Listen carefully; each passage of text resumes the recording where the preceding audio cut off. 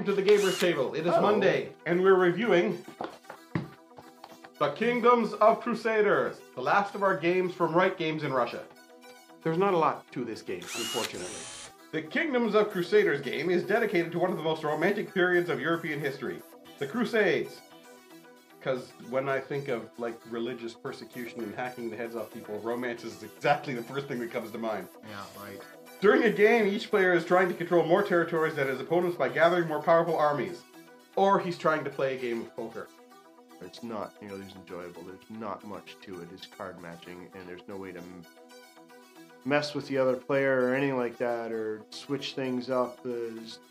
It's just card matching, back and forth. Each one of these cards has up to 5 symbols on it. And as you go across, the symbols are more powerful than the other. And you take turns putting cards across from each other. And if I put down a sword and a bow, and then another sword on my side, and then this guy puts down this one with the standard, and the standard, he's got 2 pair, and his highest pair is higher than my pair, he wins.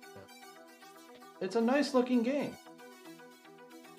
A nice sized box. It's one of the games we got from Russia.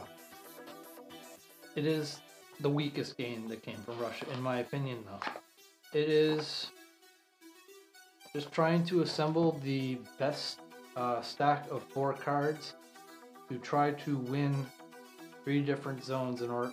Well, all you need is a majority of zones in order to win the game. It really comes down to the order in which you get the cards. Like, starting off with a nice hand is good, but if you end up with a bunch of cards in your hand that is not going to improve one of your fronts, then you're kind of stuck. Like, yes, there are times where you can just throw a bunch of junk cards to the one front that you know you're not going to win anyways. So how many cards go down in each segment? Maximum 4.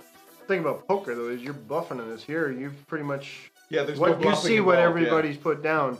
Okay, has he got a higher pair than I do, or has he got 4 of a kind there? Okay, that just Are they became in the a higher trash rank? pile where I throw the garbage. Yeah, you pretty much know, okay. I can't beat that. I'll throw my worst cards in that Can't spot beat or that something. one. I'll work on something else over here.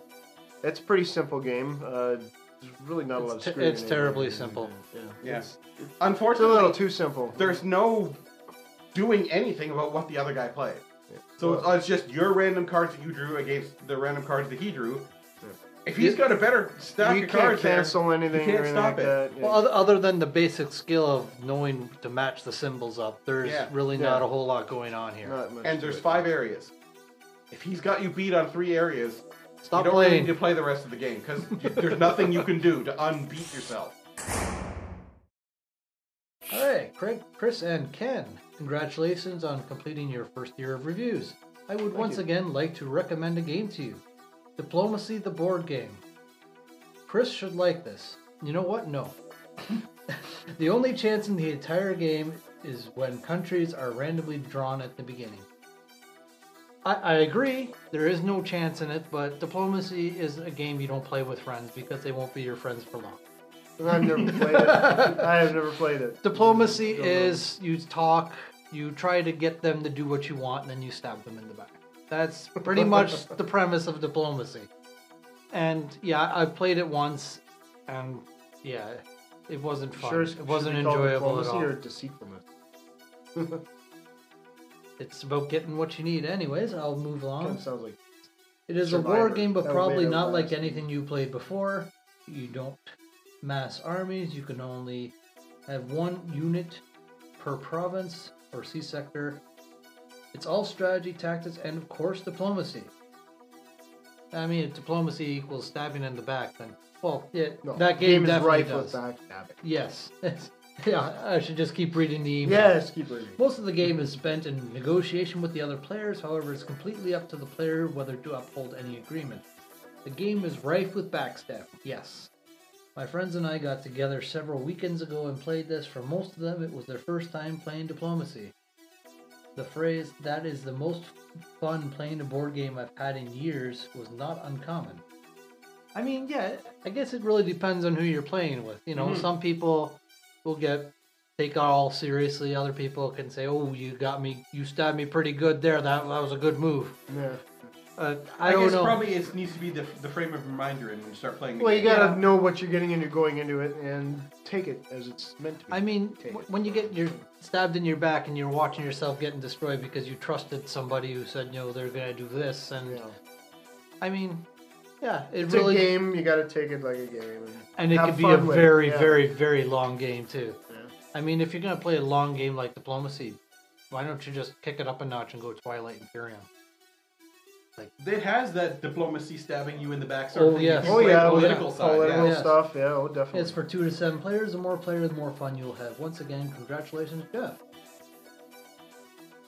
And yes, thank you obviously for the Chris has email. played it. Yeah, I played it once, and You I am played in no it? rush to No. play it ever No. again. I have heard everybody who's described the game, basically, by the time they get finished describing it, think, yeah, no.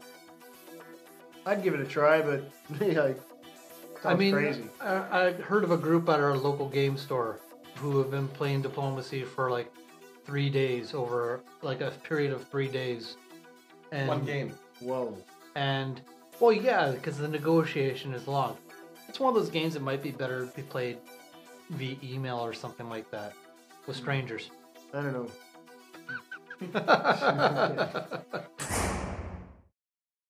So wrapping up for the Kingdoms of Crusaders. I give Kingdoms of Crusaders a 4. There's just not much to this game. And it looks good, but there's not a lot of gameplay. As Chris said, maybe when you get 4-player, it might be more of a dynamic because you're matching sections against You 3 have to guys keep instead it, of just yeah. 1 guy. Yeah, I don't know what it'd be like with more people, but there's not enough cards, it seems, for that. So I'm just gonna have to give it a 5. I don't mind it too much. It is a little too simple. Like the replayability it seems pretty poor because it can get old quickly, I think. There's really not a whole lot to it. It's a little too basic for me. I have to give it a 4. So that's it for another episode of the Gamers Table. hand. Tune in next week for another game review of another game. Let's see it.